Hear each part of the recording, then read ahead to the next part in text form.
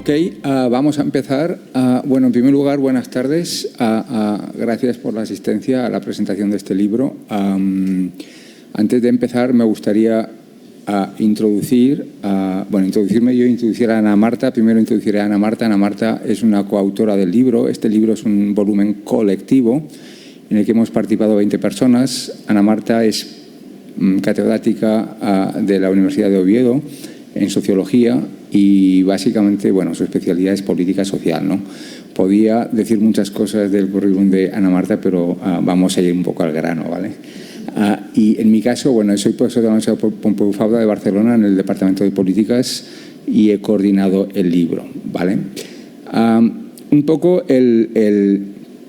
decir que este libro es como mencionaba, es una edición colectiva de 20 personas. Hay perfiles muy distintos en el libro, básicamente politólogos, sociólogos, economistas, algún ingeniero y algún background que tiene más de derecho, ¿no? Con lo cual, yo creo que la imagen o los resultados del libro muestran una perspectiva multidisciplinar que enriquece en gran medida un poco el análisis, ¿no? El principal objetivo del libro básicamente ha sido poner al día la influencia que tiene la Unión Europea y que ha tenido los últimos 40 años. Partimos del año 86, últimas 4 décadas, en las políticas públicas en España, ¿vale? Claramente la política europea incide en 3 niveles dentro del sistema de gobernanza, en este caso de España. Incide en el sistema de gobernanza, incide en las políticas públicas, incide también en lo que se llama un poco el contexto normativo, ¿no? Que engloba a muchos actores, lo que se dice politics en inglés. Y en ese sentido, yo creo que es interesante el dejar claro que donde más impacto tiene la política europea es en las políticas públicas, ¿no?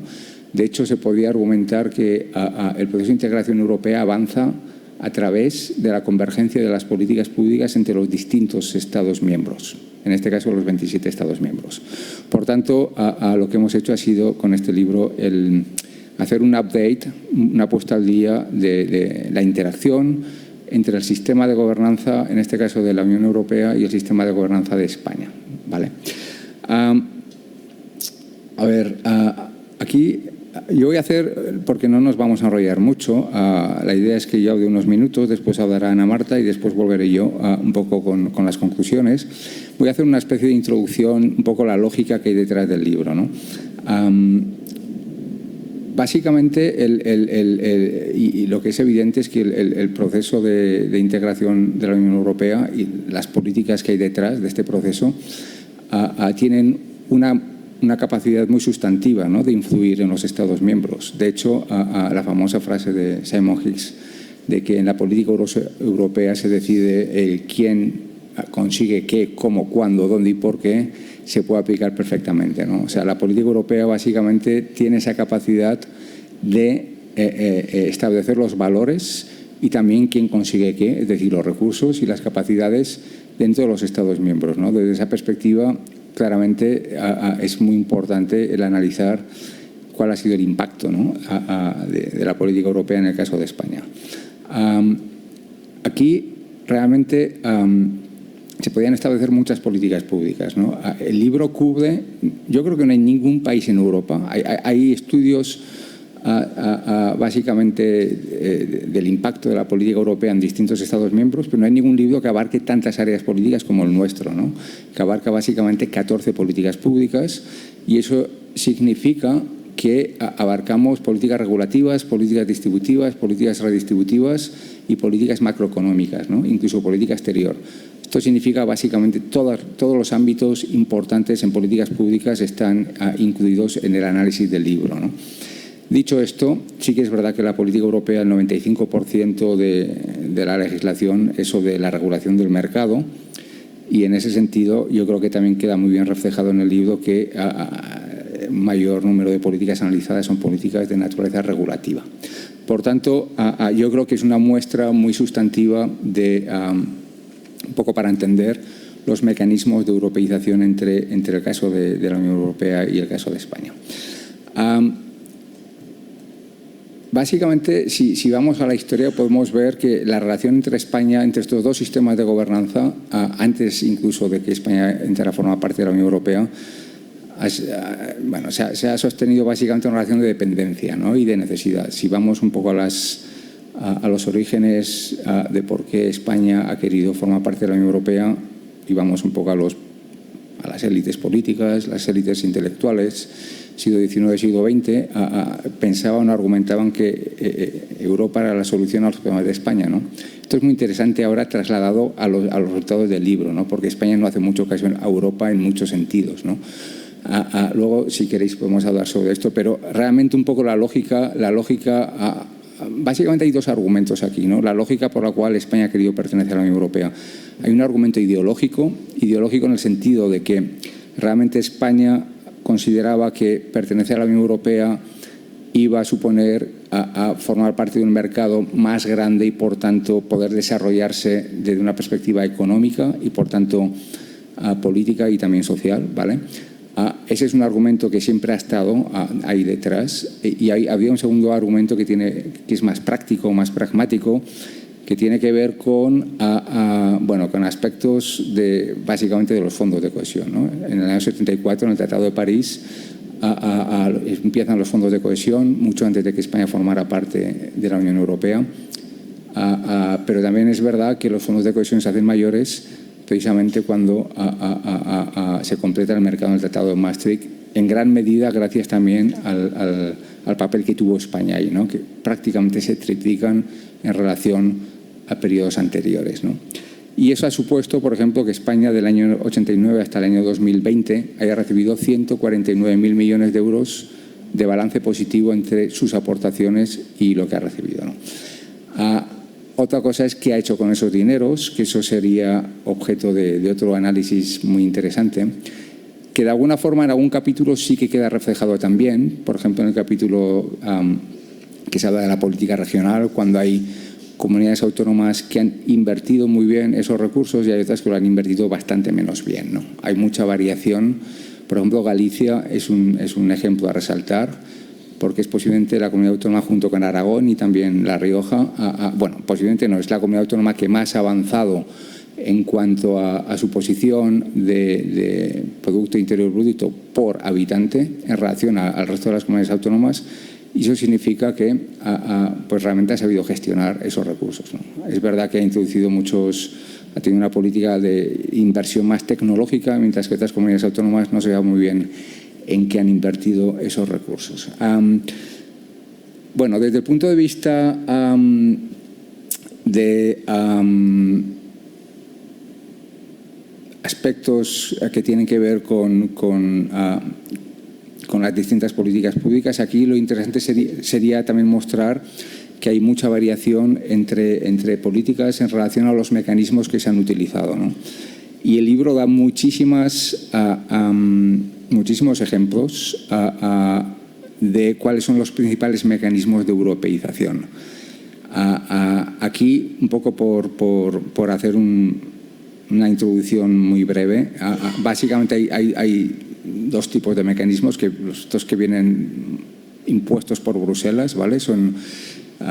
Claro, aquí habría que explicar un poco el sistema de gobernanza de la Unión Europea, que tiene tres niveles, ¿vale? Legislación primaria, secundaria y terciaria, y los tres son niveles vinculantes. Pues en estos tres niveles, básicamente es en los que el proceso de europeización ha funcionado mejor, ¿no? La legislación primaria serían los artículos de los tratados de la Unión Europea, que son vinculantes.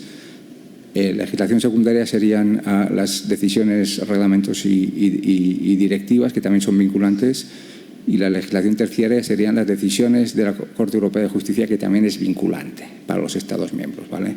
Por tanto, en muchos casos los mecanismos de europeización han tenido lugar a través de estos mecanismos obligatorios, de obligatorio cumplimiento por parte de los Estados miembros. Lo que es interesante es que en otros casos también ha habido procesos de europeización sin estos mecanismos vinculantes, ¿no? Y esto a lo mejor en política social, Ana, Marta, puede extenderse un poco. Y luego también hay otro mecanismo que ha sido y sigue siendo muy importante, que tiene que ver con estos casos en los que, además de que hay una estructura vertical, si queremos, en la implementación de estos fondos, hay recursos europeos para implementar estos cambios, ¿no? Esto se ha dado mucho, por ejemplo, en las políticas medioambientales, en las políticas, bueno, en todo lo que tiene que ver con los fondos Next Generation, que hay política digital, políticas de infraestructuras verdes, políticas contra el cambio climático, etcétera, ¿no? En este tipo de políticas claramente está habiendo una transformación muy sustantiva en relación a la convergencia con otros países de la Unión Europea. Y luego hay otro tipo de políticas como la política de transportes, como la política agraria, que también están muy europeizadas y que también claramente han tenido un impacto muy sustantivo, sobre todo por las ayudas que han venido por parte de la Unión Europea, ¿no? Aquí había otros ámbitos en los que la europeización ha sido mucho menor. Por ejemplo, en políticas macroeconómicas, el capítulo de Carlos Martínez Mongay muestra muy bien las limitaciones de determinados ámbitos, vamos a decir, de influencia de la Unión Europea en el caso de España, ¿no? Y aquí entramos de lleno, y luego si queréis podemos hablar sobre ello, en estos temas en los cuales no entran dentro de la agenda política de los políticos de turno que tenemos en este país, o que van en contra de sus intereses electorales, son muy difícilmente transformables, ¿no? Ya que hay muchos ejemplos que salen a lo largo del libro. Por ejemplo, un ejemplo sería las políticas de desempleo juvenil, en el que prácticamente España creo que no ha cambiado su estructura de desempleo juvenil en los últimos 30 años. Si estoy equivocado, Ana Marta me corregirá. O, por ejemplo, hace 30 años que la Comisión Europea intenta que España armonice los aspectos normativos para la unidad de mercado y no lo ha conseguido. O, por ejemplo, la liberalización de los servicios tampoco lo ha conseguido.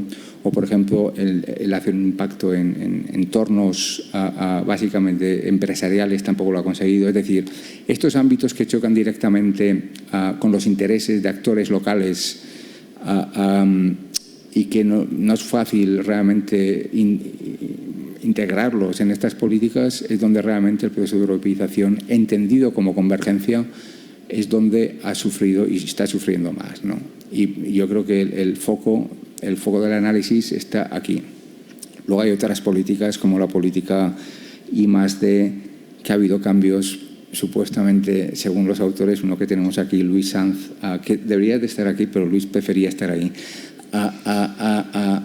cambios más de maquillaje, ¿no? A pesar del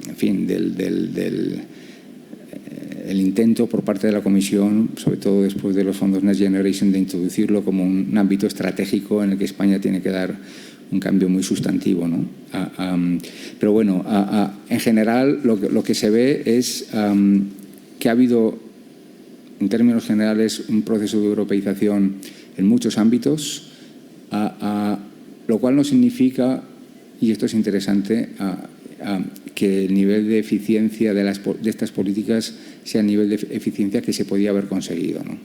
Sí que ha habido un cambio sustantivo, un cambio en los principios, un cambio en los objetivos. Aquí a lo mejor en las políticas de transporte esto se ve muy bien, están muy europeizadas, en el sentido de que están muy integradas en el mercado europeo, podían estar más, pero se han integrado mucho, en el sentido de que están muy armonizadas y en el sentido de que ha cambiado completamente el marco normativo, ¿no? Ahora están plenamente liberalizadas, cosa que evidentemente este había sido uno de los aspectos más problemáticos en la historia de España antes de que entrara a formar parte de la Unión Europea, ¿no? Las políticas de telecomunicaciones igual, realmente son ámbitos en los que se ha liberalizado mucho el mercado y eso ha facilitado la modernización económica, en este caso de España. Bueno, vamos a pasar al ejemplo de las políticas sociales porque creo que es muy interesante y es un poco diferente a lo que hemos estado hablando y luego haré unas pequeñas conclusiones. Ana Marta. Pues muchísimas gracias. Es un auténtico placer estar aquí hoy con todos ustedes. Pues sí, vengo de Oviedo y soy especialista precisamente en políticas de protección social.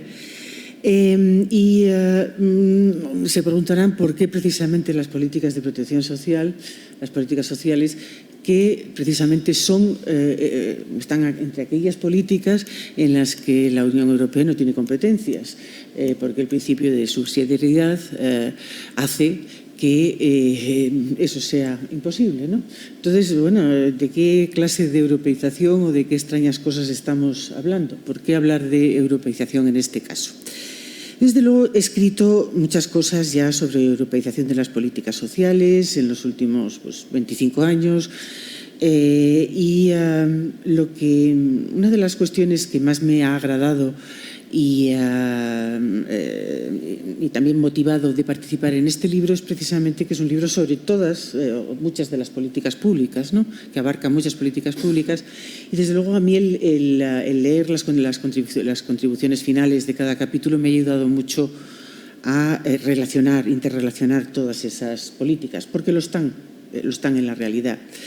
Muchas veces pensamos, bueno, ¿cómo nos las ingeniamos precisamente desde la Unión Europea para influir en las decisiones que se toman a nivel nacional y subnacional en materia de protección social? Pues una cuestión clarísima, a pesar de que no haya a lo mejor legislación dura o muy poquita en políticas sociales, es la fertilización cruzada entre políticas.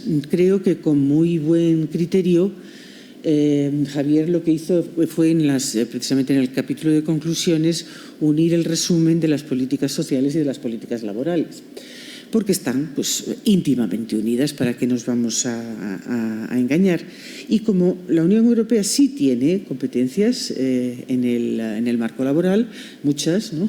Porque crear el mercado único y la libre circulación de trabajadores hace que tenga competencias, de ahí se derivan muchas veces consecuencias casi que no se pueden evitar para las políticas sociales. Desde luego, las políticas sociales en España se puede decir claramente que han sufrido un proceso de europeización profundo, o al menos esa es la tesis que yo defiendo y la mayor parte también de los expertos, economistas, politólogos, sociólogos y demás. Ahora bien, pues hay veces que uno tendría que mirar si estás analizándolo viendo el vaso medio lleno o medio vacío. Porque lo curioso es que cada país, o sea, cuando comparas, ¿no? Cada país reacciona de una forma muy diferente. Hablas con los expertos italianos y te dicen, la Unión Europea aquí no ha tenido nada que hacer, nada, nada en absoluto. Y tú dices, bueno, y todo ese rollo entonces que os habéis inventado del vínculo externo y demás, ¿de qué va, no? O libros enteros que se titulan Salvados por Europa, en fin, ¿no? Pero la primera reacción es, no, nosotros tomamos nuestras decisiones, ¿no? O los portugueses, bueno, más suavemente, pero bueno, sí, un poquito, tal, los griegos, ¿no? Los franceses también tienen muchas dificultades para confesar que les ayuda en algo o que la Unión Europea ha tenido algo que ver en sus procesos de reforma de las políticas de protección social. Depende, le preguntas a un sueco y te dice que por supuesto que nada de nada, o el resto de los daneses, en fin, o sea, depende mucho de cada país. Aquí, sin embargo, creo que desde antes incluso de producirse la transición a la democracia, sí que había una preferencia colectiva por converger en términos de nivel de bienestar con Europa por parte de todos los ciudadanos españoles. Y eso ha ayudado mucho también a que se produzcan presiones sobre los gobiernos que hacen que, al menos de forma superficial o cosmética, se siga de una forma muy, muy rápida y se reaccione muy rápidamente a cualquier recomendación que la Unión Europea tenga bien de formular. Evidentemente, las políticas sociales están muy relacionadas, como decía, con las políticas laborales, pero también con las políticas económicas, y podríamos decir que entramos en los años 90 en lo que se dio en llamar entre los especialistas la era de austeridad, y es que no hemos salido de ella. Lo que estamos es disfrutando de distintos tipos de austeridad, pero, o sea, cambiamos de tipo y de austeridad, del alcance, de la intensidad de la austeridad y también, desde luego, de la forma de gobernanza de esa austeridad, pero no hemos salido de ella. Lo cual quiere decir que, bueno, tiene su mérito todo lo que haya pasado en el seno del Estado del Bienestar español, porque prácticamente desde el acceso de España a la Unión Europea tuvimos muy poquitos años sin austeridad y ya llegó, ¿no? Y ya llegó en los años 90, principios de los 90, para quedarse. Luego, es importante también tener en cuenta bajo qué condiciones comparativas se ha desarrollado el estado del bienestar español si lo comparamos con otros estados del centro o del norte de Europa. Hoy día también, desde luego, podemos relacionar las políticas de bienestar con otras muchas cosas, pero hay al menos 2 o 3 políticas que son absolutamente esenciales también, de alguna manera, y que vienen de las recomendaciones y no solo recomendaciones de la Unión, que son evidentemente las políticas de medio ambiente, ecológicas, digitales. Y gracias a la pandemia, como premio de la pandemia, pues las políticas de salud y seguridad en el trabajo, que siempre han estado un poco fuera del estado del bienestar, en manos muchas veces de técnicos, ¿no? Y que, bueno, a mí me ha parecido que había que llamar la atención claramente sobre este aspecto. Y por eso pues, creo que llevamos ya 2 o 3 publicaciones sobre el tema en inglés, llamando la atención de que, bueno, es una cuestión que parece que sí, queremos olvidarnos de la pandemia, pero por desgracia puede volver a ocurrir y además hay que seguir ocupándose de todas las cuestiones de salud, de seguridad en el trabajo como cuestión social, ¿no? Por otra parte, todos los expertos, ahora mismo vas a cualquier congreso de protección social y hay un montón de sesiones sobre políticas ecosociales o socioecológicas, con toda una discusión académica si tiene que llamarse de la primera forma que he mencionado o de la segunda, pero con una producción literaria tremenda ahora mismo porque claro, tienes que conseguir políticas que a la vez que sean de protección social consigan facilitar la transición hacia una economía verde o viceversa, ¿no? Que las consecuencias de la economía verde se puedan atender de forma adecuada por parte de la protección social. Y ahí tenemos pues todos los nuevos conceptos que siempre se forman en los que es especialista además la Unión, ¿no? Formar nuevos, como es la transición justa. Bueno, a lo mejor deberíamos hablar de que es más bien una invención de la OIT que de la Unión Europea, pero en fin, ahí está, ¿no? El concepto de transición justa o de transiciones justas, porque los estudios que estamos haciendo ahora mismo nos encontramos con que cada institución de la Unión tiene un concepto de transición justa, que no coincide tampoco con el resto de las organizaciones internacionales, y que además, como estamos ahora también estudiando los planes de recuperación y resiliencia a nivel nacional, resulta que también cada país lo adopta y utiliza su propia definición y su propia aproximación a través de las políticas a lo que es a lo mejor una transición justa, ¿no? Hacia la economía verde. Con lo cual, pues bueno, la cosa está francamente revuelta, pero también muy, muy interesante. Pero bueno, que dentro de poco ya no podremos hablar de políticas sociales, sino de políticas ecosociales. Eso está meridianamente claro, ¿no? Y que a la vez, pues la digitalización dentro de ese asunto, pues es absolutamente crucial. Bien, desde luego yo era mucho más optimista. No sé, bueno, también estas cosas de la edad, ¿no? Cuando era joven, ya todavía estaba mirando a las publicaciones y recuerdo una para la presidencia finlandesa que se titulaba algo así como Spain starting from periphery becoming center, ¿no? Y dices, tela, ¿no? Tela marinera. Claro, era 2007, date cuenta, 2007. Pero luego pues las cosas evidentemente pues era como muy incipiente el asunto, ¿no? Aún así vuelvo a decir que no lo hemos hecho nada mal, que en fin, que ha sido muy duro el poner en práctica las grandes reformas expansivas del estado del bienestar español, el romper con el principio que heredamos del periodo franquista, del principio contributivo o bismarckiano, y empezar a hacer políticas socialdemócratas en el ámbito educativo, en el ámbito de la atención sanitaria, y sobre todo ir avanzando pues, en cuestiones en las que no existía prácticamente tejido, ¿no? Si queréis, de servicios públicos prácticamente, como pueden ser los cuidados de larga duración, los servicios sociales, etcétera, etcétera, ¿no? Y que a la vez, casi todo de un trago, pues hubo que plantearse también el cubrir las necesidades generadas por los nuevos riesgos sociales, o sea, no solamente por las pensiones y la atención sanitaria, los servicios sociales entendidos un poco más a la antigua, prestaciones por desempleo, sino, evidentemente, también ocuparse de la conciliación, ocuparse de las políticas activas de mercado de trabajo, ocuparse de los cuidados para la infancia, de los cuidados de larga duración para los mayores, etcétera, etcétera, etcétera, ¿no? Luego creo que tenemos bastante mérito. Instrumentos que se hayan utilizado para este proceso de europeización, pues evidentemente hablaba de la fertilización cruzada, ese es uno de ellos entre las políticas.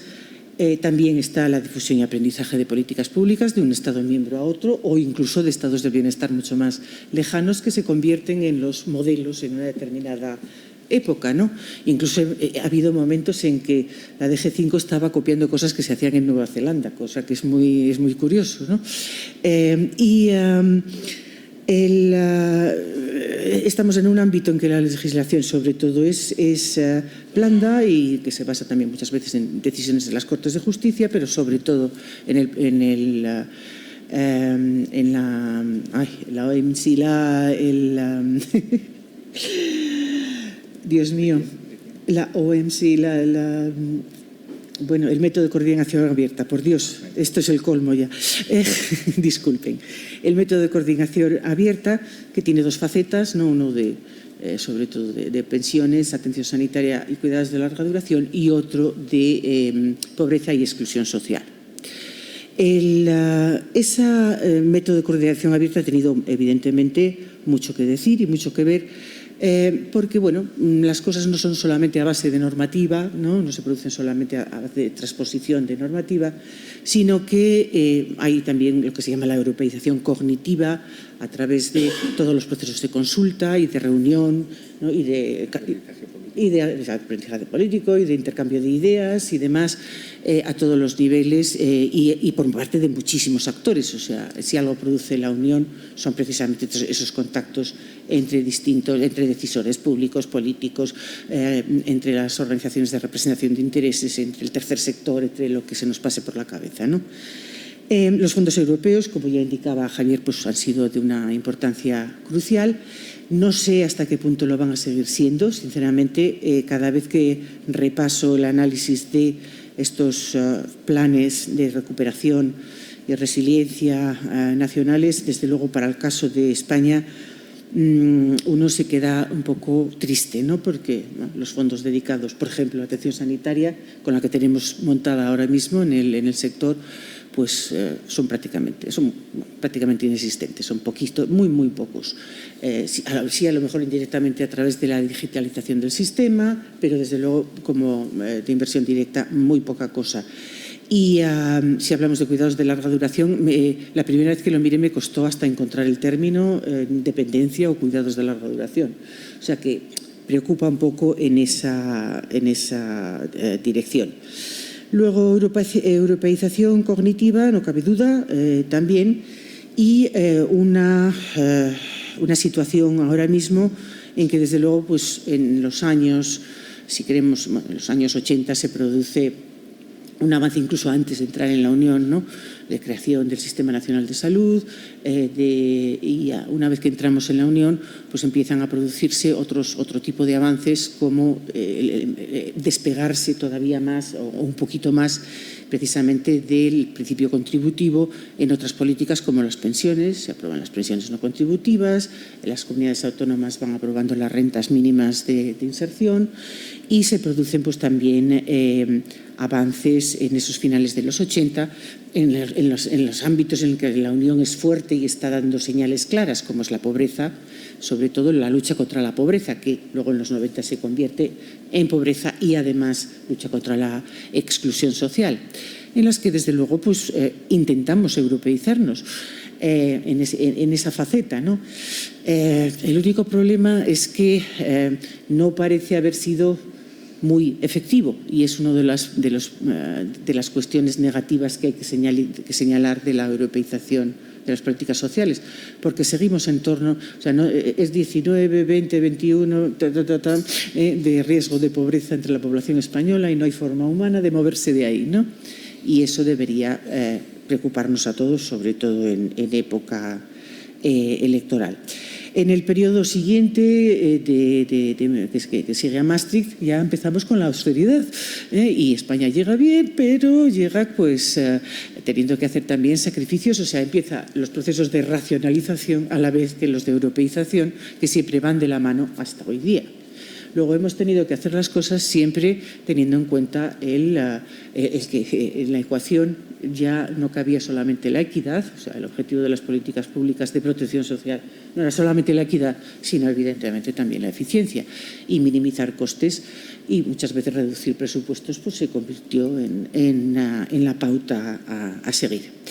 En esa década, que es muy importante para la Unión Europea, está Delors por el medio, hay una serie de avances muy, muy importantes también en materia de política social y una creencia en que es importante para el crecimiento económico, se produce un avance en las políticas de conciliación. España también lo sigue, tímidamente, pero lo sigue, y se producen avances también en otras facetas, como me refiero a la lucha contra la exclusión social, y en materia, por supuesto, de mercado de trabajo y de empleo y de igualdad de género, etcétera, etcétera. Es una década maravillosa que luego, de alguna manera, también se frena mucho tras el Pacto de Lisboa, la Cumbre de Luxemburgo, en que se introduce el método de coordinación abierta, y ahí pues empezamos ya con otro tipo de consideraciones y de austeridad y de problemas de crecimiento y de creación de empleo y demás,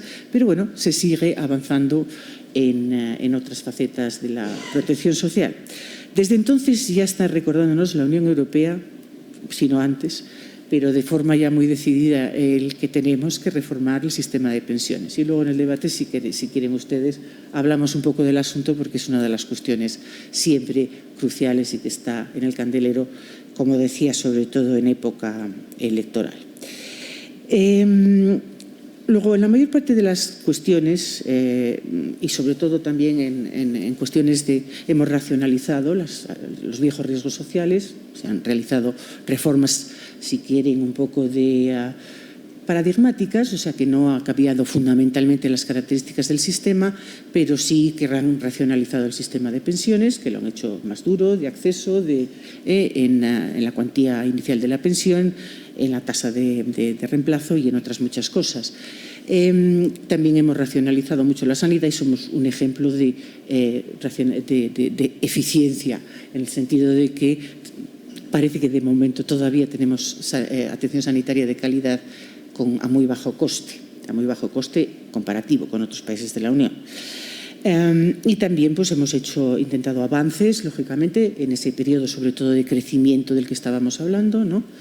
de la primera década de los 2000, avances claros en la protección de la dependencia y en la igualdad de género, con la ley de igualdad que se aprueban justo un poquito antes de que estalle la siguiente crisis y la austeridad ya sea claramente impuesta, cambie el sistema de gobernanza hacia el semestre europeo y haya claramente que recortar presupuestos. Ahí el ajuste se hizo claramente disminuyendo los presupuestos. Aún así, pues bueno, llegamos después de una pandemia a una situación en la que si en el año 85 comparábamos y España gastaba más o menos el 52%, ¿no?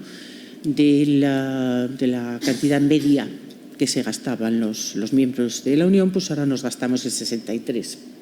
Pero todavía nos queda bastante por recorrer. Y eso nos está diciendo también, de alguna manera, que si comparamos con si calculamos, ¿no? cuál es, y estoy hablando evidentemente en términos de gasto per cápita y en paridad de poder de compra, si no, no podríamos comparar de verdad, ¿no? Si hacemos que el gasto en la Unión Europea medio, el gasto medio sea igual a 100, ¿no? El gasto de protección social, y vemos cómo nos comparamos con eso, estamos, pues eso, 62, 65, a veces 67, pero fluctuando ahí, ¿no? Lo cual quiere decir que para nuestra riqueza gastamos poco en protección social, aún, al menos comparativamente hablando.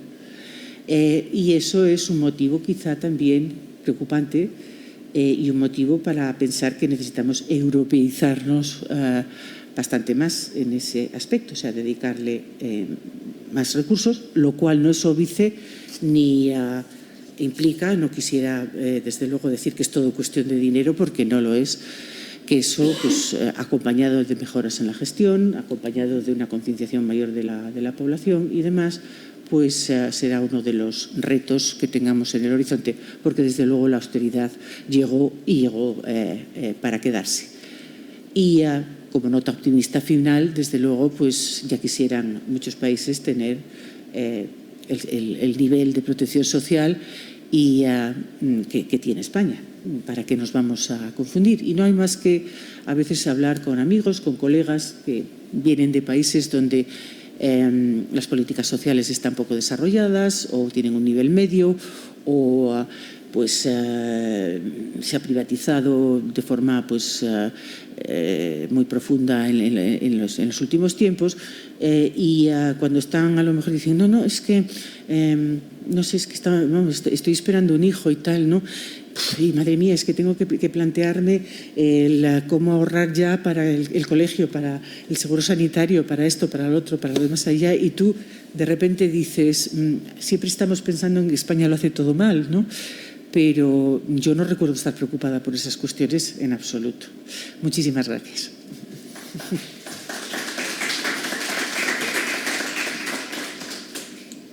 Pues lo dejamos aquí para no enrollarnos más y para dar la palabra a las personas que quieran hablar. Sí. ¿Puedes hablar con micrófono, Nacho, por favor? No, con micrófono mejor. Los profes hacemos esas cosas, como somos teatreros. Bueno, antes que nada, querría empezar diciendo que es un placer estar aquí. Yo, el verbo es admiro a los profesores Javier Arregui y Ana Marta Guillén, aparte de conocerlos hace mucho tiempo y ser amigos. También a Luis Zan, que también le admiro, está aquí a mi lado y es coautor del libro. Pero más allá de los elogios, que de verdad son muy merecidos, creo que esta obra es muy útil, viene en un momento muy bueno de actualización de esfuerzos anteriores que también se han hecho en este sentido, y de verdad, felicidades. Bueno, yo quería hacer un poco de debate más allá de que no es un elogio que de aquí, es de verdad muy sentido y es un agradecimiento por parte de los que vamos a utilizar este libro para investigaciones o para clases. Comentar pues una cosa muy interesante, sobre todo teniendo en cuenta lo que nos ha dicho la profesora en el sentido de la política social, Ana Marta. La política social europea. Has dicho cosas muy, muy interesantes, pero me quería quedar con la parte un poco del politics, de algunas cosas que tienen que ver con la europeización de la política social, ¿no? Por supuesto, es muy interesante esto que ha señalado de que por razones competenciales, que es como decir que los Estados miembros no les ha dado la gana, ¿no? Porque es una cuestión competencial. Bueno, ellos son los señores de los tratados y no han querido dar competencias a la Unión Europea en ámbito social, o las que les han dado están subordinadas a otros propósitos, ¿no? Claramente al mercado interior en un primer momento, y ahora lo señalabas, ¿no? Subordinadas a unas prioridades en el ámbito de la acción climática o en el ámbito digital. Pero bueno, hay la política social, que es lo que ahora quería plantear, ¿no? Que tiene esa situación un poco peculiar cuando lo vinculamos con las estrategias de economía política de los distintos Estados miembros, ¿no? O eso otro que ha señalado sobre el Open Method Coordination, que nos señala cómo la Unión Europea, cuando tiene realmente eso que decía el profesor Arregui, legislación primaria, secundaria o terciaria, pues es capaz de europeizar mucho más que cuando es esta especie de método donde la máxima sanción era el naming and shaming, ¿no?, entre los Estados miembros, que bueno, como luego los Estados miembros en el Consejo pues son colegas, pues nadie hacía nada. Y en ese año 2007, que fue justo el año antes de caer en el precipicio de la ruptura de la burbuja, que España aparentemente estaba muy bien, ¿no?, íbamos a jugar, decía el presidente Zapatero, la Champions, habíamos adelantado a Italia, íbamos a adelantar a Alemania, decía él. A Francia. Francia, bueno, más modesto.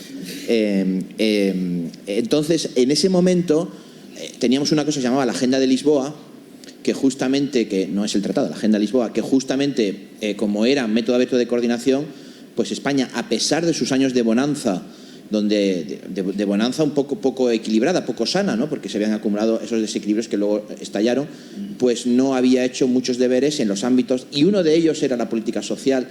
Es verdad que había dinero, y entonces hubo avances, algunas famosas, ley de la dependencia, pero lo más interesante, perdón porque me estoy extendiendo mucho, es el tema del politics. Hoy, ayer en Consejo de Ministros se aprueba una norma de igualdad o de presencia de las mujeres en los órganos de administración, que es una transposición de una directiva aprobada en noviembre de 2022. En parte, bueno, sabemos que la transposición de directivas tiene este margen. Y es muy interesante porque el Gobierno no ha dicho que es una transposición de directiva. Anuncia el presidente del Gobierno en un acto electoral el fin de semana, vamos a llevar esto al Consejo de Ministros la víspera del 8 de marzo, porque somos un gobierno progresista, sin hacer mención a que, y probablemente el Gobierno también tenía voluntad política, y el Gobierno además lo ha aprobado votando a favor en el Consejo. Pero quiero decir que no, sin hacer mención a la dimensión europea, interesantemente, el líder de la oposición le discute señalando que, bueno, esto es una directiva que además ha propuesto el Partido Popular Europeo y que, por tanto, no tiene ningún mérito, porque además, en todo caso, el mérito sería de su familia política. Y esto es un elemento de política social europeizada. Pero, interesantemente, dentro de poco, como sabemos, tendremos el debate mucho más desagradable, me temo, sobre la reforma de las pensiones, donde el Gobierno va a decir, mire usted, es que esta reforma de las pensiones a lo mejor no es exactamente la que nos gusta, pero no la hemos hecho porque forma parte de la transacción vinculada a los planes de recuperación, al Next Generation, que uno de los hitos era cambiar el sistema de pensiones, que está el ministro de Inclusión pasándolo mal, negociando con la Comisión. Este es el resultado que hemos llegado. Van a seguro a echarle un poco la culpa a Europa, pero bueno, a cambio de eso tenemos este dinero, no me queda más remedio, y estamos seguros que la oposición no va a decir, claro, esto es un elemento europeo, va a decir es que ustedes van a cambiar el sistema de pensiones, van a elevar la edad los años de cotización, Entonces, es muy interesante este elemento del politics, ¿no?, de cómo los Estados miembros, en su debate interno, la europeización de las políticas, pues tiene detrás de lo que es el aspecto más técnico o más de convergencia, esa dimensión política. Y termino con otro ejemplo, que es cuando has mencionado, ¿no?, los países escandinavos, los países del sur de Europa, en España en particular, cómo tenemos una lógica de convergencia. Pero es muy interesante porque cuando Suecia entra en la Unión Europea, entra fundamentalmente, y por eso fue muy controvertido, cuando gobernaba entonces en aquel momento, ahora vuelve a gobernar en el bloque burgués, precisamente para reducir las exigencias o la ambición de su estado del bienestar, convergiendo con un modelo de mercado interior que obligaba a que no fueran tan generoso el estado del bienestar. Mientras que en el caso de España la convergencia ha sido obviamente hacia arriba. Pero mientras que los responsables de estado del bienestar suecos evidentemente siguen defendiendo que no se bajen los estándares, y los responsables de bienestar españoles intentan aprovechar la europeización, o la presencia en Europa para hacerlo, los de política económica tienen otras, ¿no? En el caso sueco, rebajar más bien esa protección, y en el caso muy interesante, en el caso de los ministros de Economía de países del sur o de países ahora de Europa Central y Este, que no quieren, por ejemplo, que el salario mínimo sea muy alto, que no se europeice eso, precisamente para evitar elementos de pérdida de competitividad. Es decir, y perdón porque me he extendido muchísimo, cómo cuando estamos mirando la europeización de un ámbito concreto, tiene una lógica, pero que es distinta de la lógica, o no es distinta, o que puede ser incluso contradictoria de la lógica de cómo ese país, ese sistema político, ese modelo productivo se está europeizando. Y que cuando hablamos de europeización como convergencia, que eso puede ser un debate, ¿no?, que es un debate conceptual, europeización es convergencia,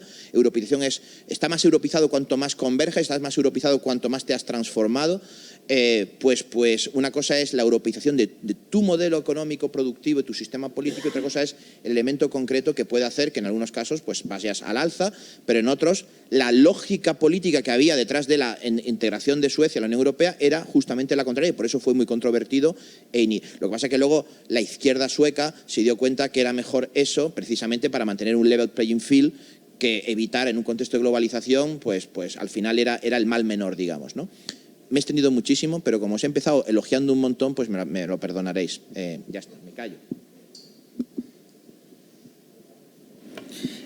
Sí, Nacho, nosotros también te queremos un montón. y porque te queremos un montón, yo me pregunto cuál es la pregunta. Ah, bueno. La pregunta venía en relación con la anterior, cuando he hablado justamente del caso concreto de España. Es decir, cómo se maneja el tema europeo en el debate político nacional a la hora de explicar reformas de política social, bien como llevarle la culpa a Bruselas de los recortes, pero cuando es un avance, esconder que es por razón europea. Los avances en política social son mérito del gobierno, los recortes se los echas la culpa, haces ese blame shifting a Bruselas. Y por parte de la oposición, tú lo que quieres es, cuando hay un avance, decir, bueno, no es mérito del gobierno, es Europa, y sin embargo, cuando hay un retroceso, no acompañas al gobierno en decir, es verdad, pobrecitos, lo ha hecho Bruselas, si no es culpa tuya. Perdón, esa era la pregunta. Sí. Bueno, desde luego tienes toda la razón que cuando haces investigación sobre cuestiones de europeización, siempre tienes que leer entre líneas en las entrevistas y en cualquier otro, no sé, información, ¿no?, datos primarios que estés recogiendo.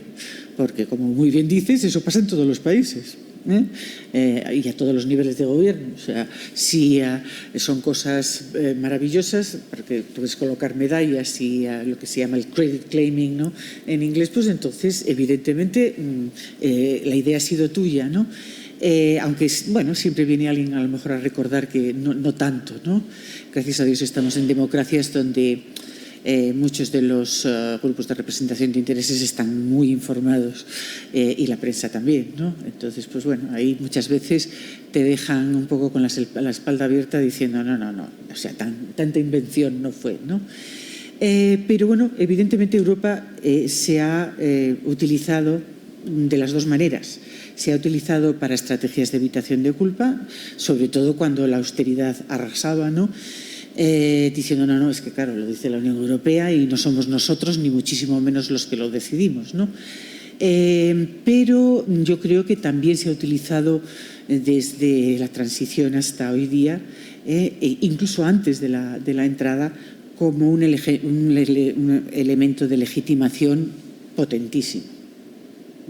Un elemento de legitimación potentísimo. Si lo dice la Unión, si lo recomienda a la Unión, entonces, mire, fíjese, la idea de cómo hacerlo es mía, ¿no?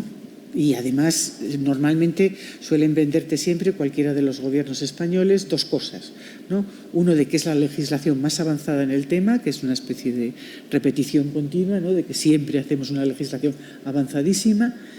Y dos, que hay elementos innovadores, claro, pero bueno, eso se hace en todos los países, o sea, no somos solo nosotros.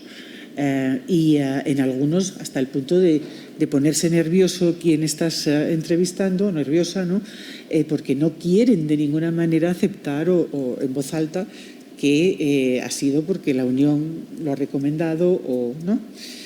Entonces, o llamarle de otra manera, incluso inventarse otro nombre, ¿no? Es que estoy aplicando políticas no de flexiseguridad, ¿no?, sino de entente no sé cómo, yo qué sé, ¿no? O sea, y por eso la investigación se hace pues claramente difícil, no cabe la menor duda, pero no menos interesante por ello. Bueno, yo no me voy a erigir en representante de la Comisión Europea, pero en este caso lo voy a defender un poco, porque técnicamente hablando es imposible que haya política social como lo demanda Ana Marta, ¿no? Cuando vamos a las encuestas vemos que, por ejemplo, a encuestas muy recientes, que el 99% de los daneses no quieren política social europea y el 100% de los portugueses sí que lo quieren. En un escenario así, evidentemente, es imposible hacer política social, porque no hay consenso sobre qué se puede hacer. Y cada uno además tiene una función de utilidad diferente y tiene una lógica distinta, ¿no? Y en ese sentido, evidentemente, por mucho que quiera la Comisión, no puede, ¿no? Es decir, lo que puede hacer es lo que hace, que es básicamente regulación social, y luego lo que se hace en política social es lo que se puede también, que es básicamente la Corte Europea de Justicia utiliza el framing del mercado para meterte derechos sociales, que eso lo ha hecho muy bien en los últimos 30 años, ¿no? Y en ese sentido sí que se ha avanzado mucho, más posiblemente que con el método abierto de coordinación. Dicho esto... Aunque es verdad que el método de coordinación tampoco se puede considerar que no haya servido para nada, ¿eh? No, por supuesto que no. De hecho, es muy interesante lo de políticas de pensiones que decías antes. El blaming y el shaming, o sea, el avergonzarte y el que veas... Claro, porque otro de los... Perdona, Javier. No, que quizás se me ha olvidado antes también mencionarlo, porque muchas veces no se considera un mecanismo de europeización el que exista Eurostat o el que exista el Eurobarómetro. O sea, el que produzcas toda una serie de datos de acceso público y perfectamente estandarizados, homogeneizados y comparables. Y que en la OMC, además, tienes que darlos, ¿no? Y los tienes en Eurostat y luego no puedes mentir. ¿Vale? Entonces, cuidado con la OMC también, porque muchas veces se tiende a considerar que esos mecanismos de gobernanza blanda, ¿no? Pero, desde luego, al menos en lo que yo conozco bien, que es la política social, sí que ha servido. Pero ha servido más en unos países que en otros. Sí. Aquí es muy interesante esto que dices, por ejemplo, en países como Suecia o en los países nórdicos, cuando miras la evolución de la estructura de desempleo juvenil en los últimos 30 años, te das cuenta que han sido capaces de cambiarla, mientras que en el caso de España no. Y aquí vamos a lo que decías tú del politics. El politics, que es toda la estructura de gobernanza, con todo lo que eso implica, desde la cultura pública, la cultura política, aspectos normativos, formales, informales, a calidad en la gestión, responsabilidad, accountability, todas estas cosas que evidentemente la misma política en dos estados produce dos resultados distintos. Y aquí la responsabilidad, cuando hablamos de procesos de europeización, hablamos de 27 procesos de europeización. Cada país tiene el suyo y dentro de cada país, cada área política tiene el suyo, porque hay unos actores concretos, etcétera, ¿no? Y en este sentido, claramente, y esto se puede decir no en política social, en todas las políticas, España no es una referencia en Europa.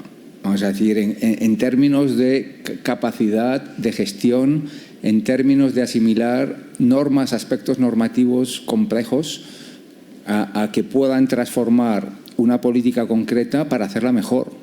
Es decir, o sea, en los casos donde ha habido mucha europeización es básicamente pues porque era muy fácil, ¿no? Por ejemplo, en la PAC.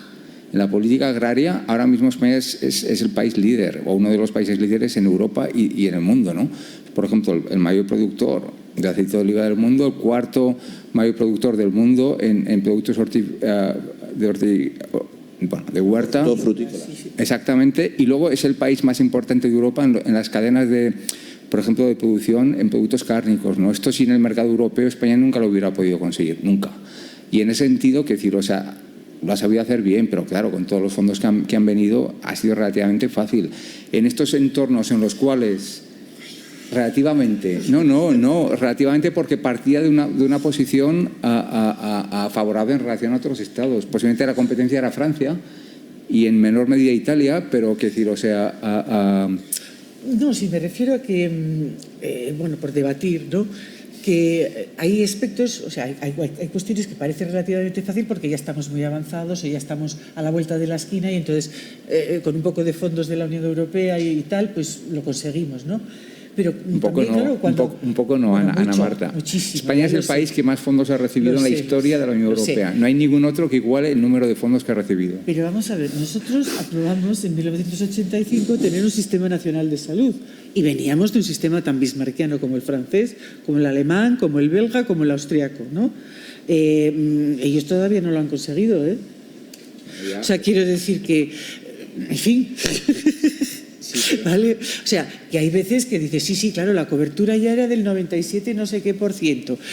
No, es que tal, es que cual, ¿no? Pero bueno, el cacao maravilloso, que por eso lo llamamos sistema, ¿no? De distintos, yo qué sé, pequeños sistemas heterogéneos que había en España, ¿no? Para proveer de salud, de atención sanitaria. Y bueno, pues sí, lo transformamos en un sistema socialdemócrata y hoy día la verdad es que se parece mucho más, está mucho más cerca de un Servicio Nacional de Salud que del sistema francés o alemán, ¿no? O sea, quiero decir que, bueno, que sí, que es fácil a veces, pero que hay que comparar también con quien, será muy fácil, pero no lo hicieron. Y con muchos más recursos, ¿no? Sí, no, sí. Yo no me gustaría mezclar la política agraria con el sistema sanitario. Yo creo que son dos mundos muy distintos. Bueno.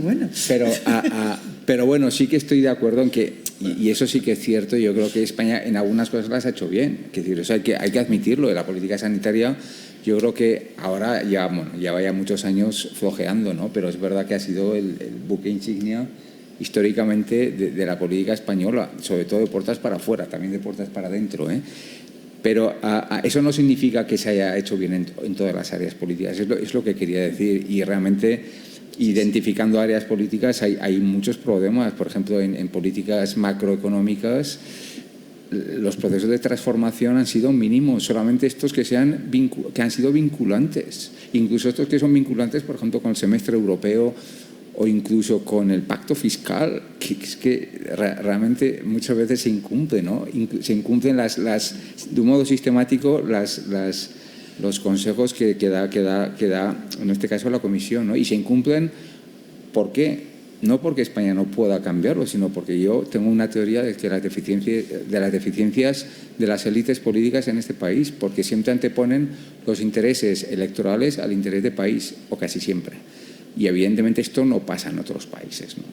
Una de las diferencias, y aquí se podría hacer un estudio comparado del impacto de la europeización en algunos países y en otros. Y claramente en algunos países, cuando se identifica un problema de eficiencia en una política, se cambia. Aquí se identifica y se puede eternizar. Se puede eternizar durante 30 años, ¿no? En algunos ámbitos, por lo menos, ¿eh? Entonces, bueno, yo creo que esa crítica hay que hacerlo, y yo creo que en el libro queda muy bien reflejado en algunos ámbitos, ¿no?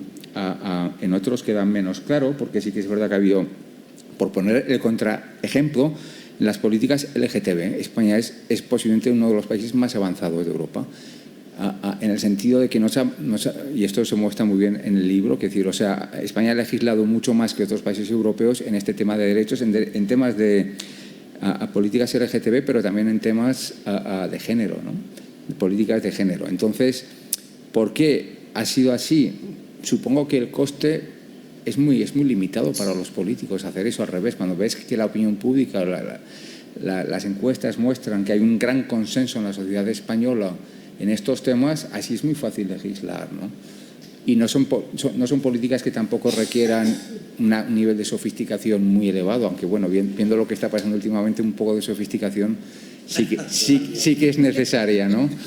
Pero en cualquier caso, en fin, hay mucha variación un poco en función del área política, y yo creo que uno de los objetivos de nuestro libro es ser críticos, porque realmente yo creo que quedan muy bien reflejadas las inconsistencias y las deficiencias del sistema de gobernanza en este país. Es decir, o sea, y aquí se podría escribir mucho, y de hecho mi siguiente plan es otro libro que va en esa dirección, ¿no? Porque realmente, sobre todo en perspectiva comparada, realmente aquí en algunos ámbitos políticos se ve o sea, se identifica que hay grandes problemas y deficiencias para europeizar, en este caso, muchas políticas públicas, no por la Unión Europea, sino por el ámbito doméstico, en el funcionamiento del ámbito doméstico, ¿no? Y aquí es fascinante el análisis que se hace entre comunidades autónomas, porque hay algunas comunidades autónomas que funcionan muy bien o bastante bien, y hay otras que funcionan muy mal o bastante mal.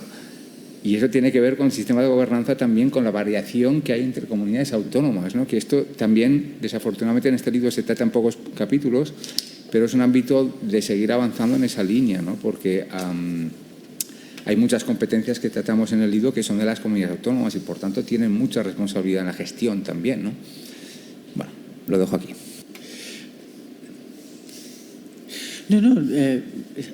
Si hay más preguntas, adelante, claro. Yo iba a ser un poco provocativa, ¿no? Pero pero luego. Sí. Muchas gracias. Yo quería preguntar sobre las políticas del entorno digital y la ciberseguridad respecto pues, a España. Yo sé que, por ejemplo, bueno, estuvo la NIS 1, se acaba de aprobar la NIS 2. Muchas empresas tuvieron muchos problemas y continúan con los mismos problemas con la transposición de la NIS 1 y ahora van a tener una lista enorme con la NIS 2. Yo quiero saber cómo realmente pues, está España respecto a la implementación de este tipo de políticas.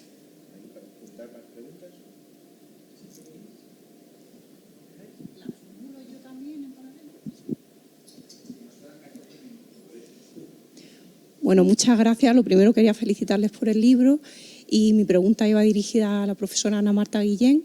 Me gustaría si puede exponer un poquito el tema de la gestión de las pensiones que ha mencionado durante su intervención.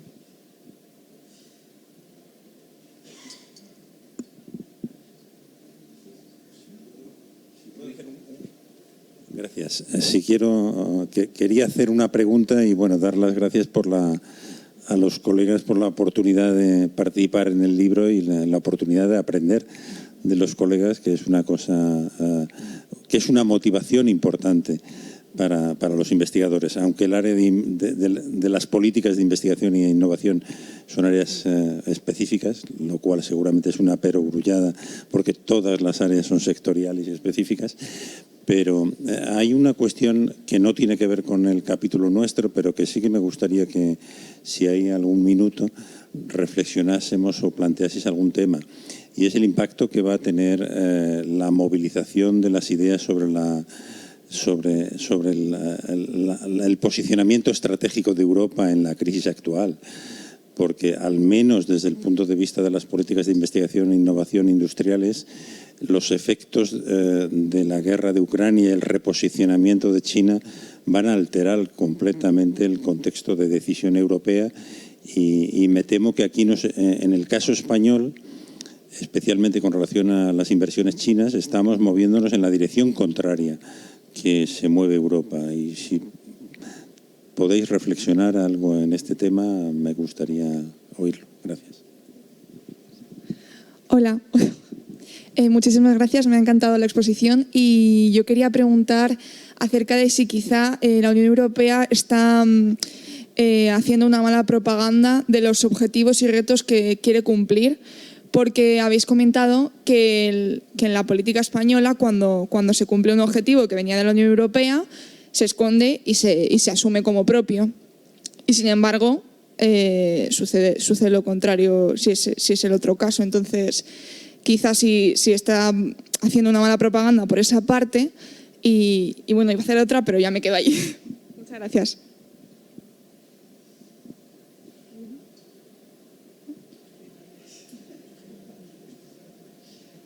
La verdad es que yo sobre políticas de digitalización sé muy poquito. Hay un capítulo bien majo en el libro, pero la verdad es que sé poco. Sé que más relacionado con las políticas sociales, la importancia que tiene, pues imaginaos el ingreso mínimo vital, ¿no?, que se aprobó al principio de la pandemia.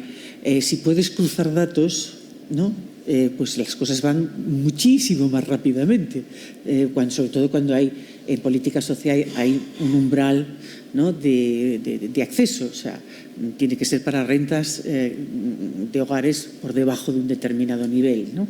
Si eso tú puedes cruzar los datos de Hacienda con los datos de Seguridad Social y con los de empleo y tal y cual, pues bueno, eso va rapidísimo, ¿no? Luego, es un salto en la gestión enorme, ¿vale? Enorme. El problema que tenemos ahora mismo en España es que siempre te preguntan también muchas veces en los congresos, pero ¿cómo es posible si es que entre los países del sur de Europa en el índice de tesis estáis altísimos, ¿no? O sea, o de medio, o si queréis de la media para arriba, ¿no?, en el índice de digitalización de las administraciones públicas. Vale. Lo que pasa es que, claro, el problema es que hay partes de la administración muy profundamente digitalizadas y otras que no. Claro, necesitas precisamente, dependiendo de lo que necesites cruzar con qué, ¿no?, para gestionar y demás, pues si tienes una parte que no lo está. Pero vamos, sé bastante poco. Sí sé claro, ver lo que supone, porque también con esto de la edad, pues visitas más los servicios sanitarios, lo que supone, sí, lo que supone utilizar unos servicios sanitarios, por ejemplo, digitalizados, de unos que no lo están, ¿no? O sea, un hospital de tercer nivel que es nuevo, y como por ejemplo el que tenemos en Asturias, y que las medicinas, o sea, los medicamentos los trae un robotito, y además está todo en el ordenador, así no ves un solo papel por ningún lado, ¿no? Y la rapidez con la que hacen todas las medidas y demás, ¿no? O pues cuando te están atendiendo en un centro que no es así, ¿no? Entonces, pues bueno, ves al menos cosas positivas de la digitalización. Lo son todas. Javier hablaba antes de la garantía juvenil, ¿no? Y de lo que ha supuesto, bueno, que no ha habido cambio de las políticas para los jóvenes y todas esas cosas, y dices, todavía no nos enteramos de que hay jóvenes que no son capaces de solicitar vía Internet, ¿no? Luego, ¿qué tenemos que hacer con las políticas educativas, ¿no? O sea, en fin. Pero es 4 pinceladas de las cosas, de las poquitas cosas que a lo mejor podría decir algo. Seguramente Javier puede decir bastante más, ¿no? Bueno, no te creas, yo tampoco en políticas digitales soy un experto. El capítulo lo ha hecho un profesor que es ingeniero de aquí, de la Universidad Politécnica de Madrid. Pero bueno, básicamente lo que argumenta el capítulo este es que España es muy buen actor. Ay, va, pero si está aquí uno... Disculpa, por favor. Fíjate que sí. Dios mío, qué vergüenza. Es que soy un poco el extranjero porque, bueno, vente para acá. Somos los ingenieros, ¿sabes? De alguna manera que citaba. Y la verdad es que agradecidos de haber escrito el capítulo que tiene que ver con telecomunicaciones y digitalización. 2 ideas sencillas. Probablemente en digitalización es de las cosas donde más europeizada está. O sea, quiere decir que por el hecho mismo de que en el fondo es el motor que mueve todo, desde el principio, por decirlo de alguna forma, ha habido un proceso de convergencia en general con todos los países muy grandes. Las directivas que estás hablando, la NIS, no sé cuántos, hay que reconocer que sobre todo en los últimos años, en los últimos 4 o 5, Europa es líder mundial en regulación de lo digital. Es verdad que por una razón muy sencilla, porque no podemos hacer otra cosa.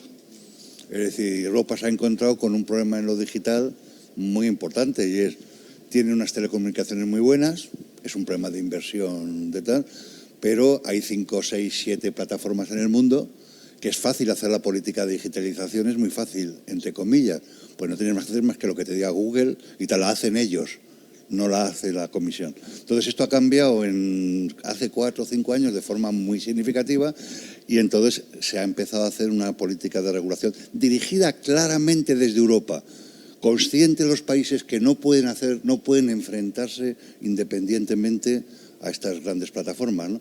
Y eso lo que hace es que dé una sensación como de mucha unidad, ¿no? en el tema digital, ¿no? Y luego hay otro problema, y es el grado, y ya lo explico, ¿no? Porque llevamos aquí trabajando bastante tiempo en intentar ver por qué España tiene unos indicadores de digitalización tan importantes, por qué España es el tercer país en fibra, por qué las comunicaciones se cae, en fin, con la pandemia se multiplican enésimamente, digamos, las descargas de vídeo, de entretenimiento, y de los pocos sitios donde no hay ningún problema para Netflix y tal, es España. Es decir, ¿de dónde viene el éxito de las infraestructuras de telecomunicación? Y que siempre en el DESI, el indicador de tal, salimos muy bien, ¿no?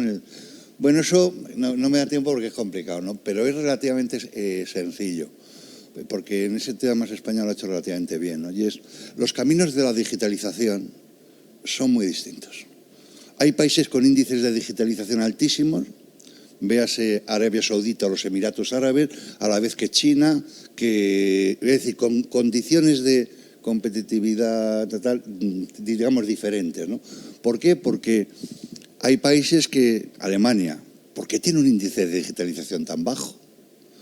Y en cambio, los índices de preparación para lo digital, es decir, si en algún momento se pone a digitalizarse, los tiene tan altos. Bueno, pues simplemente porque ella dirige su digitalización desde su preocupación por la industria.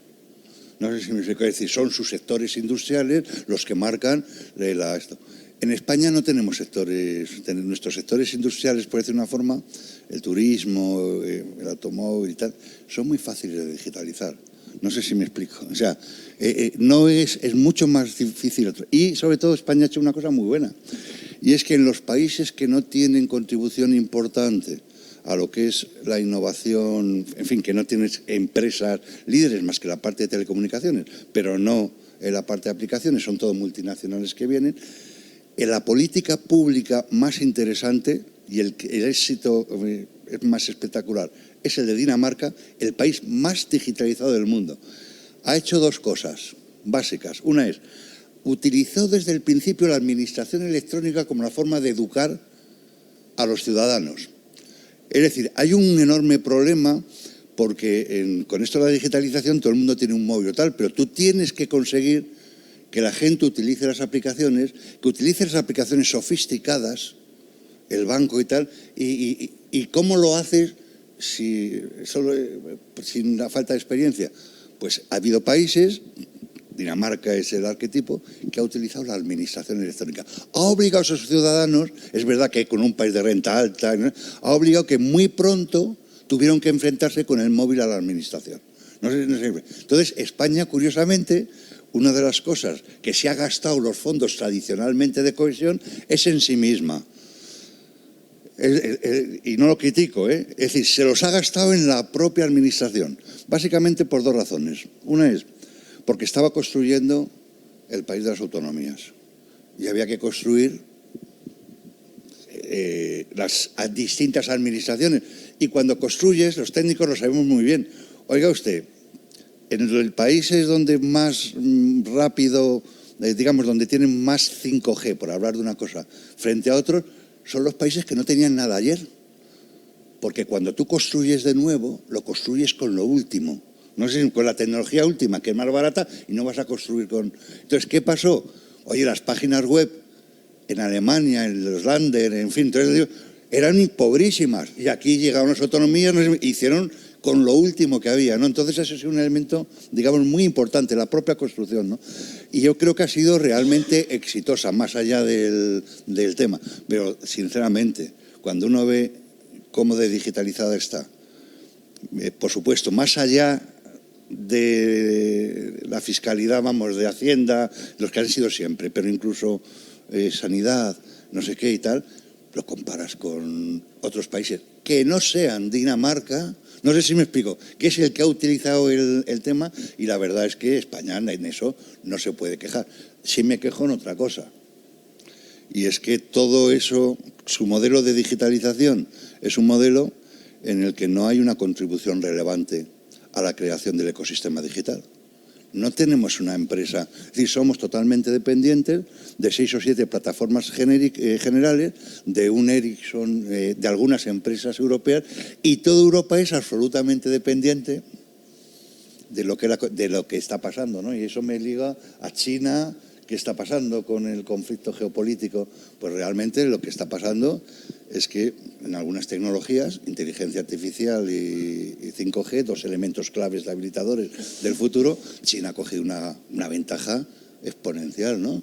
Digo, respecto a Estados Unidos. Y de repente, pues evidentemente hemos entrado, entre otras cosas, en un conflicto de este tipo, ¿no? Que a mí la verdad es que me alucina, ¿no? Lo digo personalmente, ¿no? O sea, pensar que hace 6 o 7 años en estas cosas, si nos dicen que se le va a dejar que no haya ningún equipo de Huawei en ninguna... No sé si me explico, ¿no? O sea, que se va a utilizar todos los medios posibles, me dan lo mismo los políticos, los militares, las empresas, las no sé cuántos, ¿no? Se van a utilizar para, digamos, sacar ventaja en el mundo geopolítico. Yo hubiese dicho que era imposible. Y ahora lo estamos asistiendo a cosas absolutamente espectaculares, ¿no? Pero bueno, en conclusión, afortunadamente Europa en regulación, bien, hay bastante convergencia, ¿de acuerdo? ¿Por qué? Porque los Estados miembros se han dado cuenta de que ellos solos no pueden competir con las grandes plataformas ni con los grandes países. Por tanto, en ese sentido, y lo de la ciberseguridad y tal, pues la verdad es que es un tema más que relevante, ¿eh? Pero vamos bien en comparación con otros. Y oye, perdona que me he enrollado mucho, pero... Gracias. Ana Marta. Sí, la cuestión de las pensiones, pues podríamos pasarnos aquí semanas, ¿no?, meses hablando sobre ella, pero para intentar ser lo más breve posible, porque bueno, ya vamos cortos de tiempo, Pues fijaros, estos días estamos viendo las huelgas en Francia porque resulta que el Estado francés es tan malo, que quiere aumentar la edad oficial de jubilación, pues ponerla de los 62 a los 64 años, ¿no? Y que es la edad más baja de jubilación de toda Europa. Para ellos es, bueno, y está todo el mundo en la calle, todo el mundo en la calle. A nosotros nos cambiaron de 65 a 67 y no pasó nada, no pasó nada, a pesar de que reformar las pensiones en España es pues prácticamente imposible. Es muy difícil, muy difícil.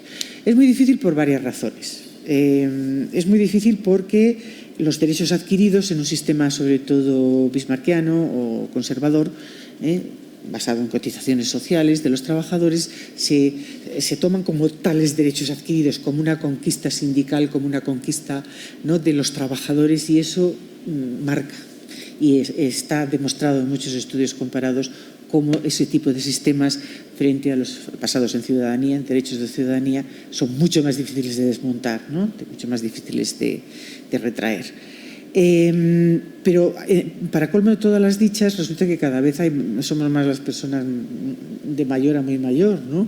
Entonces, claro, y encima van y votan, cosa que no hacen los jóvenes.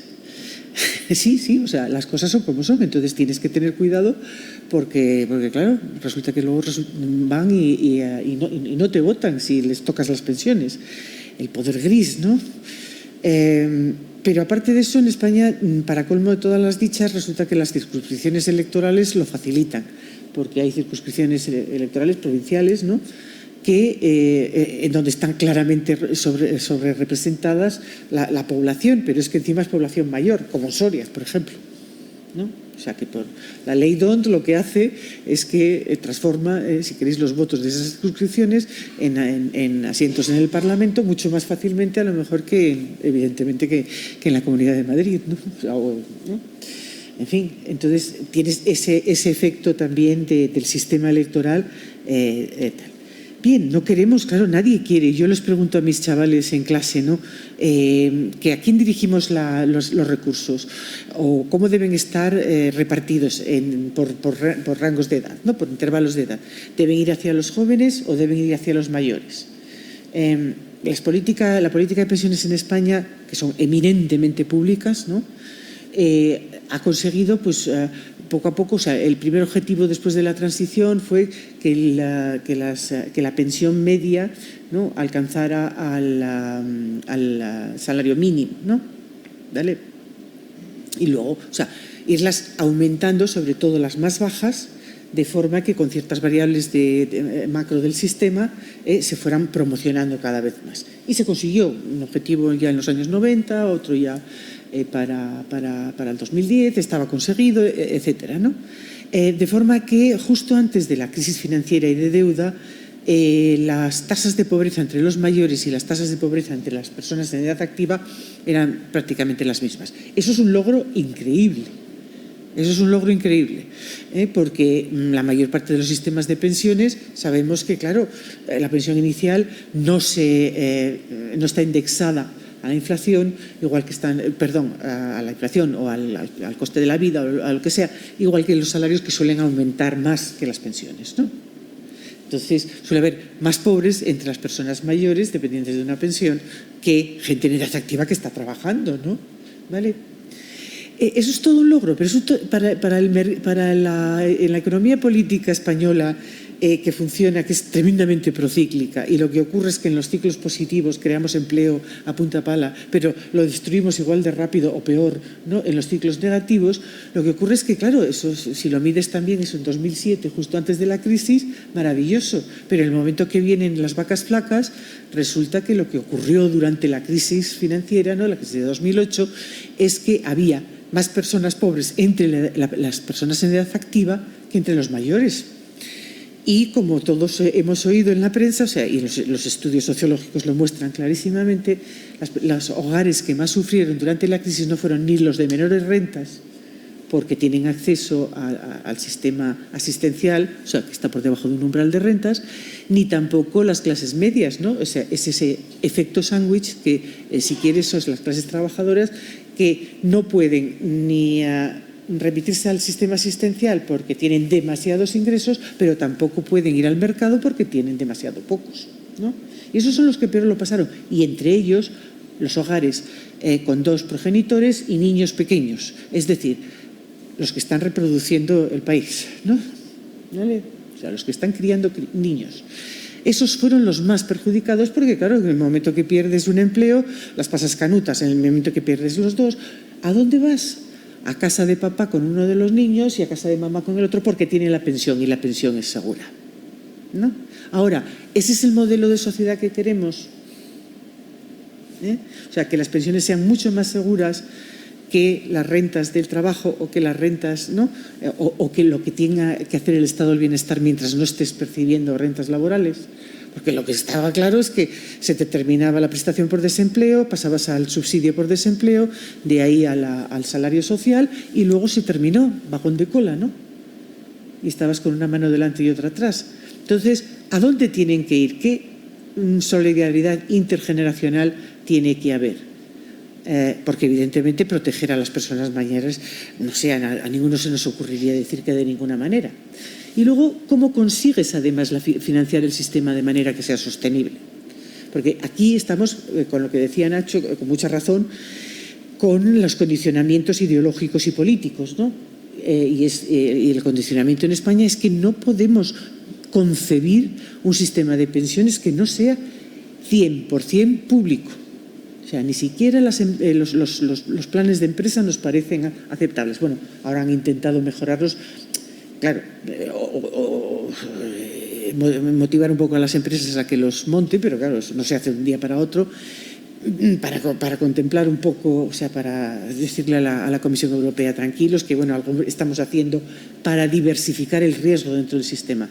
Porque, como muy bien decía Javier, es que el sistema sueco de pensiones ahora mismo tiene 4 pilares. Tiene una pensión mínima universal que te saca de la pobreza si no has cotizado o si tienes cualquier problema has tenido de salud o lo de lo que sea. Tiene una pensión contributiva, tiene una pensión de empresa y tiene una pensión privada. 4 pilares, ¿no? De los que aquí solo dejamos uno. Entonces el riesgo es enorme, por una parte, sobre todo con una economía procíclica, y por otra parte, pues ahora está empezando a jubilarse nada menos y nada más que la generación del baby boom, y el déficit de la seguridad social es estratosférico.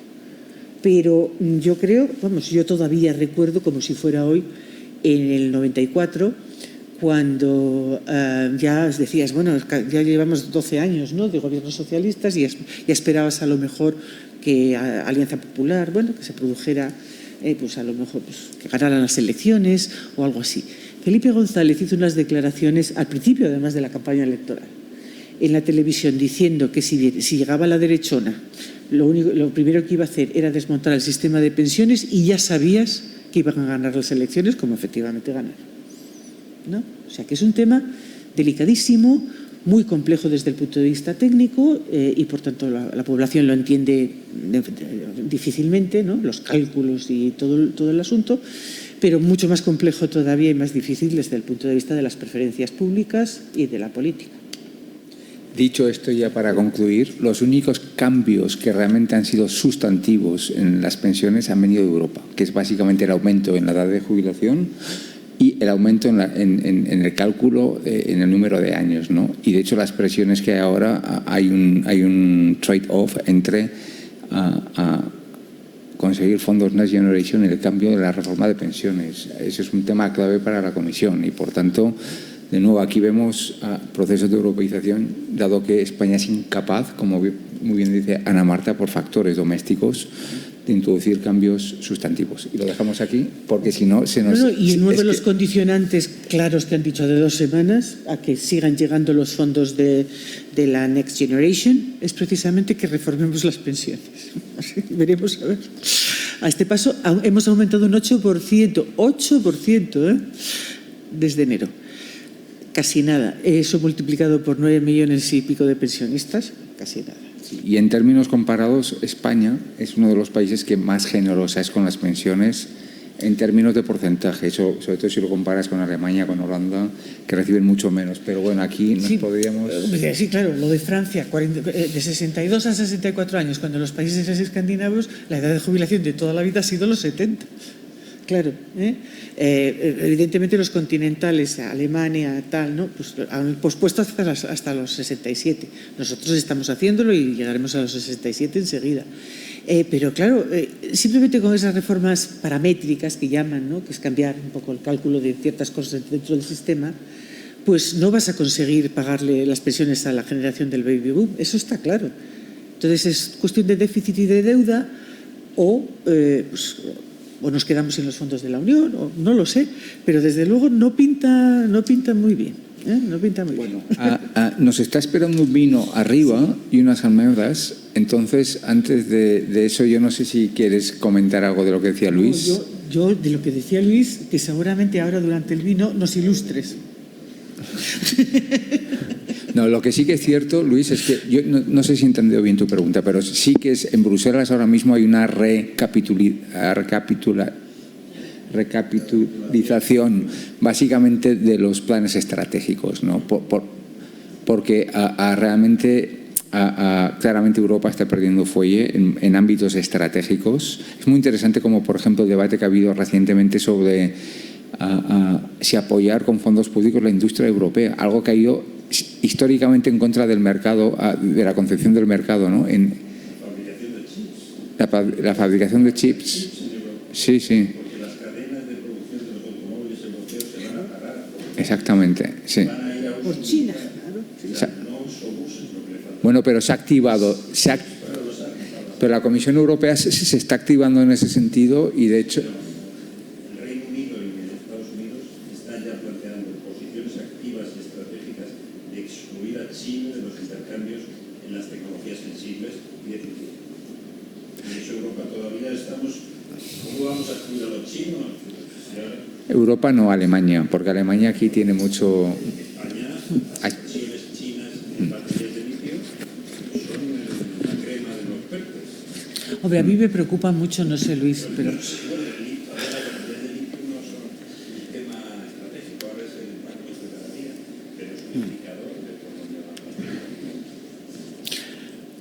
A mí me preocupa muchísimo, no sé a vosotros, porque Europa siempre se posiciona la sociedad del conocimiento más avanzada de no sé qué, no sé cuánto más. Ahora resulta que desde 2019 tenemos que ser el ejemplo para alcanzar una conversión a la economía verde y ser los líderes liderar además la transformación en economías verdes en el mundo mundial.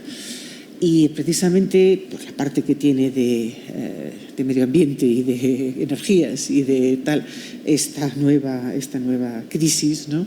Pues te preocupa muchísimo porque dices, vamos a hacer de Quijotes completamente, vamos a seguir liderando el proceso y no sé cómo se puede competir así y además proteger socialmente y además ser competitivo y además digitalizar y conseguir hacerlo, ¿no? Quitarle un cachito del pastel a Estados Unidos. No sé cómo se puede hacer todo eso.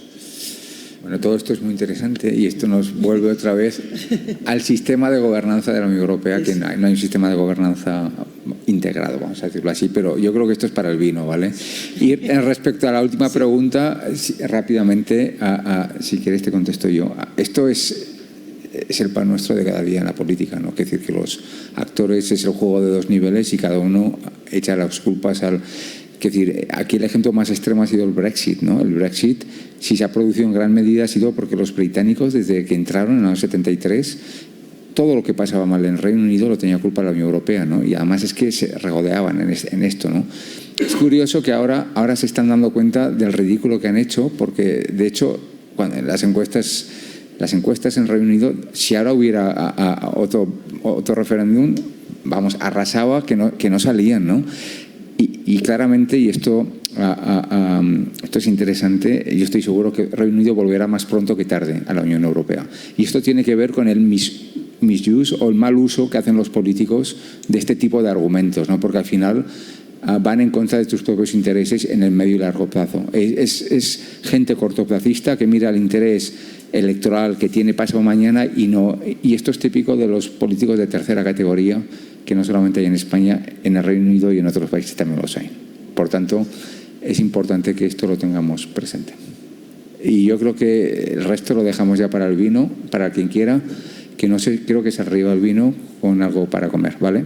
Gracias a todos y a todas. Sí, gracias de verdad, ¿eh? Y gracias a Javier por la oportunidad de participar en este proyecto, ¿eh? Que es eficacia y eficiente, las dos cosas. ¿Hay algunos libros? Sí, que hay unos pocos libros gratis, por supuesto. No los vamos a cobrar. Si alguien quiere coger algún eso, los puede coger. Y también decir que este libro está gratis, en cualquier caso, online, ¿vale? Está en versión digital y, por tanto, ahorramos papel y hacemos el ejemplo de las políticas verdes en la Unión Europea.